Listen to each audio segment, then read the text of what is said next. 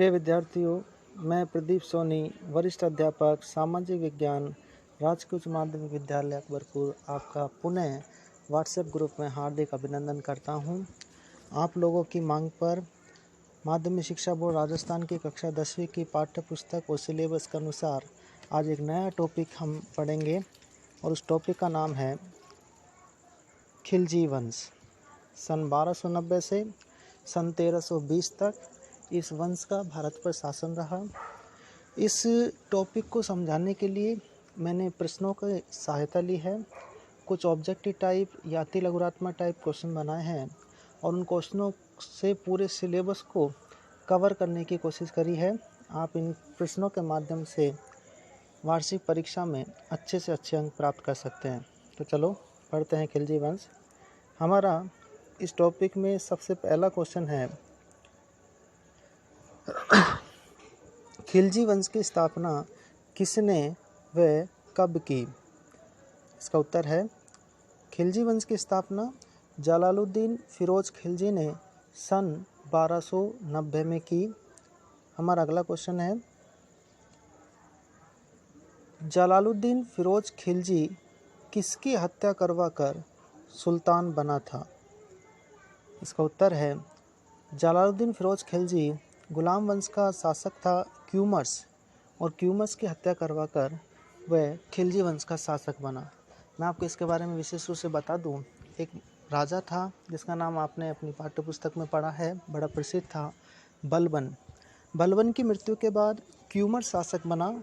चूँकि क्यूमर्स अयोग्य शासक था, इसलिए जलालुद्दीन फिरोज खिलजी ने एक योजना बनाकर क्यूमर्स की हत्या करवा दी और क्यूमर्स की हत्या करवाकर खुद सुल्तान बन गया। जब जलालुद्दीन फिरोज खिलजी सुल्तान बना तो उसकी उम्र काफ़ी ज़्यादा थी, वो लगभग 65 वर्ष का था। अब हमारा अगला क्वेश्चन है, जलालुद्दीन का शासन कब से कब तक रहा? जलालुद्दीन फिरोज खिलजी का शासन सन 1290 से और 1296 तक रहा, यानी कि 6 वर्षों तक इसने भारत में शासन करा। और 1296 में जब इसकी हत्या की गई थी तो ये 70 वर्ष के लगभग इसकी उम्र थी। हमारा अगला क्वेश्चन है, जलालुद्दीन की हत्या किसने करवाई थी? जलालुद्दीन की हत्या इसका खास भतीजा था, जो रिश्ते में इसका दामाद भी लगता था, उसका नाम था अलाउद्दीन खिलजी। इलाहाबाद में अलाउद्दीन खिलजी ने एक योजना बनाकर जलालुद्दीन की हत्या करवा दी और खुद खिलजी वंश का सुल्तान बन गया। हमारा अगला क्वेश्चन है, अलाउद्दीन खिलजी ने कितने वर्षों तक शासन करा? उत्तर, अलाउद्दीन खिलजी ने 20 वर्षों तक शासन करा। सन 1296 से लेकर सन 1316 तक अलाउद्दीन खिलजी का शासन रहा। हमारा अगला प्रश्न है, अलाउद्दीन खिलजी ने सिक्कों पर अपना उल्लेख किस नाम से करवाया? अलाउद्दीन खिलजी ने सिक्के चलाए थे और उन सिक्कों पर अपनी उपाधि दर्ज की थी, द्वितीय सिकंदर। ये द्वितीय सिकंदर उपाधि इसलिए दर्ज की थी क्योंकि अलाउद्दीन खिलजी अपने साम्राज्य को लगातार बढ़ाना चाहता था। जिस प्रकार से सिकंदर ने अपने साम्राज्य में विस्तार करा, एक बहुत बड़ा साम्राज्य उसने बनाया था, ऐसी महत्वाकांक्षा अलाउद्दीन खिलजी की थी और इसलिए उसने अपने आप को द्वितीय सिकंदर कहना प्रारंभ कर दिया। हमारा अगला प्रश्न है, अमीर खुसरो द्वारा लिखी पुस्तक खजाइनुल फुतूह में अलाउद्दीन खिलजी को कौन सी उपाधि दी गई? अमीर खुसरो लेखक था, उसकी एक प्रसिद्ध पुस्तक थी खजाइनुल फुतूह और उसमें अलाउद्दीन खिलजी को दो उपाधि दी थी। पहला विश्व का सुल्तान और दूसरा जनता का चरवाहा। हमारा अगला प्रश्न है, अलाउद्दीन खिलजी का शासन भारत में कहाँ तक फैला हुआ था? मैं आपको बता दूं कि लगभग कश्मीर और बंगाल को छोड़कर संपूर्ण भारत में अलाउद्दीन खिलजी का साम्राज्य प्रत्यक्ष या अप्रत्यक्ष रूप से फैला हुआ था। हमारा अगला प्रश्न, गुजरात के किस शासक के खिलाफ अलाउद्दीन खिलजी ने युद्ध किया? गुजरात का राजा था राजपूत राजा राय कर्णदेव।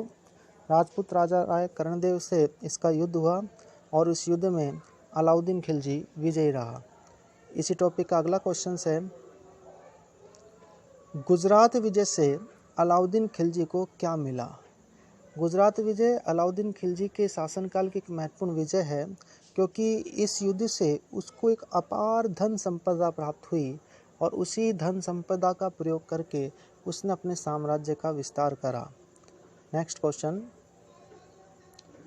मलिक काफूर कौन था? मलिक काफूर अलाउद्दीन खिलजी का सेना नायक था और मैं आपको बता दूं कि जब अलाउद्दीन खिलजी ने गुजरात की विजय करी तो मलिक काफूर हिंदू था और हिंदू धर्म को परिवर्तित करके ये मुस्लिम बन गया और अलाउद्दीन की सेना में सेना नायक के रूप में इसने कार्य करा था। हमारा अगला क्वेश्चन इसी से संबंधित है कि मलिक काफूर ने दक्षिणी भारत के कौन से राज्यों पर अलाउद्दीन खिलजी को विजय दिलवाई? अलाउद्दीन खिलजी ने अपने साम्राज्य का विस्तार दक्षिणी भारत तक करा था और इतिहासकार कहते हैं कि रामेश्वरम तक अलाउद्दीन खिलजी का शासन रहा, लेकिन दक्षिणी भारत में अलाउद्दीन खिलजी का साम्राज्य के विस्तार करने में इसका सेना नायक जो मलिक काफूर था उसकी महत्वपूर्ण भूमिका रही। 3 प्रमुख राज्य थे दक्षिणी भारत के, एक देवगिरी राज्य, होयसल राज्य और पांडे राज्य। इन तीनों राज्य में मलिक काफूर ने अलाउद्दीन खिलजी का साम्राज्य दक्षिणी भारत में फैलाया था। हमारा अगला प्रश्न है, सन 1301 व 1303 में अलाउद्दीन खिलजी ने राजस्थान के किन क्षेत्रों पर विजय प्राप्त करी? अलाउद्दीन खिलजी का प्रभाव राजस्थान में भी रहा था, क्योंकि दिल्ली का सुल्तान था, राजस्थान की सीमा दिल्ली से लगती थी और इसी क्रम में उसके 2 युद्ध राजस्थान में हुए थे, एक 1301 में रणथंबोर में और एक 1303 में चित्तौड़गढ़ पर इसने युद्ध किया। हमारा अगला क्वेश्चन, सन 1303 ईस्वी में अलाउद्दीन खिलजी ने कौन सा किला बनवाया था? चित्तौड़गढ़ की विजय के बाद अलाउद्दीन खिलजी ने किला बनवाया था जिसका नाम था अलाई किला। इसे कोस ए सिरी के नाम से भी जाना जाता था और इस किले के कुल 7 द्वार 7 गेट बनाए हुए हैं। हमारा अगला प्रश्न, सराय ए अदल किसे कहते थे? सराय ए अदल एक ऐसा स्थान था जहां पर स्थानीय और विदेशी वस्तुओं का व्यापार किया जाता था।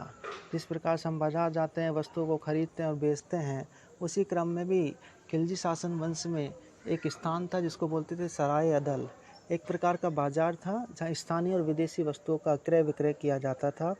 हमारा अगला प्रश्न, बाजार नियंत्रण हेतु खिलजी ने कौन से कर्मचारियों की नियुक्ति की?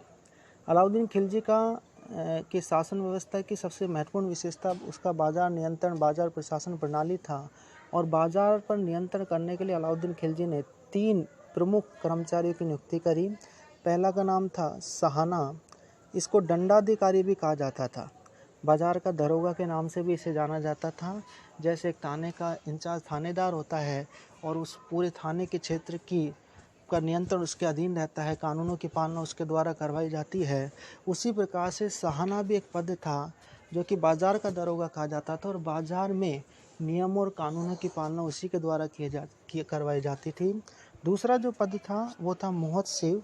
महोत्सव को जन साधारण का रक्षक भी कहा जाता था और इसका जो प्रमुख काम था कि जो नाप तोल का जो वस्तुएं नापी जाती है, तोली जाती है, उनका निरीक्षण करना ताकि ये पता लगाया जा सके कि दुकानदार जो ग्राहक को वस्तु दे रहा है वो सही नाप तोल की दे रहा है।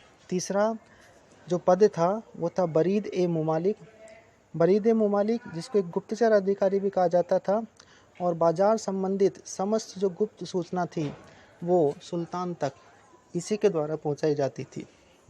हमारा अगला प्रश्न, कालाबाजारी व मुनाफाखोरी रोकने के लिए खिलजी ने क्या करा? लोगों को उचित कीमत पर सामान मिले, व्यापारी मुनाफाखोरी नहीं कर सके, कालाबाजारी नहीं कर सके, इसलिए अलाउद्दीन खिलजी ने एक महत्वपूर्ण कार्य करा और जो वस्तु की जो कीमतें थी उसको निर्धारित करवा दी कि इससे ज़्यादा कीमत पर वस्तुएं नहीं बेची जाएंगी। अगला क्वेश्चन, विद्रोह पर नियंत्रण करने हेतु खिलजी ने क्या करा? समय समय पर आपको ही पता है कि किसी भी राजा का शासन रहा हो, उसके राज दरबार में किसी न किसी द्वारा विद्रोह किया जाता था। एक राजा के शासनकाल में शत्रु कम नहीं होते थे, इसलिए अलाउद्दीन खिलजी ने भी विद्रोह पर नियंत्रण करने के लिए 4 आदेश निकाले। सबसे पहला आदेश था अमीर वर्ग की संपत्ति जब्त की और इनके परस्पर मेल मिलाप पर रोक लगा दी। जो अमीर वर्ग थे, यानी कि जिनके पास पैसा था, जिनके पास अपनी कुछ सेना थी, ऐसे लोगों की आवश्यकता से अधिक संपत्तियों को अलाउद्दीन खिलजी ने जब्त कर लिया और आपस में ना मिल सके, कोई गुटबाजी ना कर सके, इसलिए इनके मेल मिलाप पर भी अलाउद्दीन खिलजी द्वारा रोक लगा दी। दूसरा जो इसने आदेश निकाला था वो था खालसा भूमि को कृषि योग्य बनवाया ताकि राजस्व मिल सके। जो खालसा भूमि थी जिस पर कृषि नहीं होती थी, उसको कृषि योग्य बनवाया ताकि ज़्यादा से ज़्यादा लगान अलाउद्दीन खिलजी को प्राप्त हो सके, क्योंकि एक राजा तभी मजबूत होता है जब वो आर्थिक दृष्टि से संपन्न होता है। तीसरा जो इसने आदेश निकलवाया था वो था दिल्ली में शराब पर प्रतिबंध करवा दिया। अलाउद्दीन खिलजी को पता था यदि शराब पर प्रतिबंध नहीं करवाया जाएगा तो इसको जो सैनिक हैं, इसके जो अधिकारी हैं, वो शराब की लत के कारण, नशे में रहने के कारण कभी भी गलत कार्य कर सकते हैं, जिससे इसके साम्राज्य पर आँच आ सकती है। अतः विशेषकर दिल्ली में इसने शराब पर, मद्य पर प्रतिबंध लगवा दिया। और चौथा जो इसने महत्वपूर्ण आदेश निकाला था वो था गुप्तचर प्रणाली का गठन। ये बच्चों आप सभी जानते हो कि किसी भी शासन को चलाने के लिए गुप्त सूचनाओं को प्राप्त करना बहुत आवश्यक होता है, और गुप्त सूचना प्राप्त करने के लिए इसने मजबूत गुप्तचर प्रणाली का गठन किया गया था। इस प्रकार से कुछ 19 क्वेश्चंस मैंने निकाले हैं और इन क्वेश्चनों में ये खिलजी वंश का हमारा पूरा सिलेबस आ जाता है। आप बड़े ध्यान से इस क्वेश्चन को याद करोगे तो निश्चित रूप से अच्छे अंक आपको प्राप्त होंगे। आपको सबको पुनः बहुत बहुत शुभकामनाएं।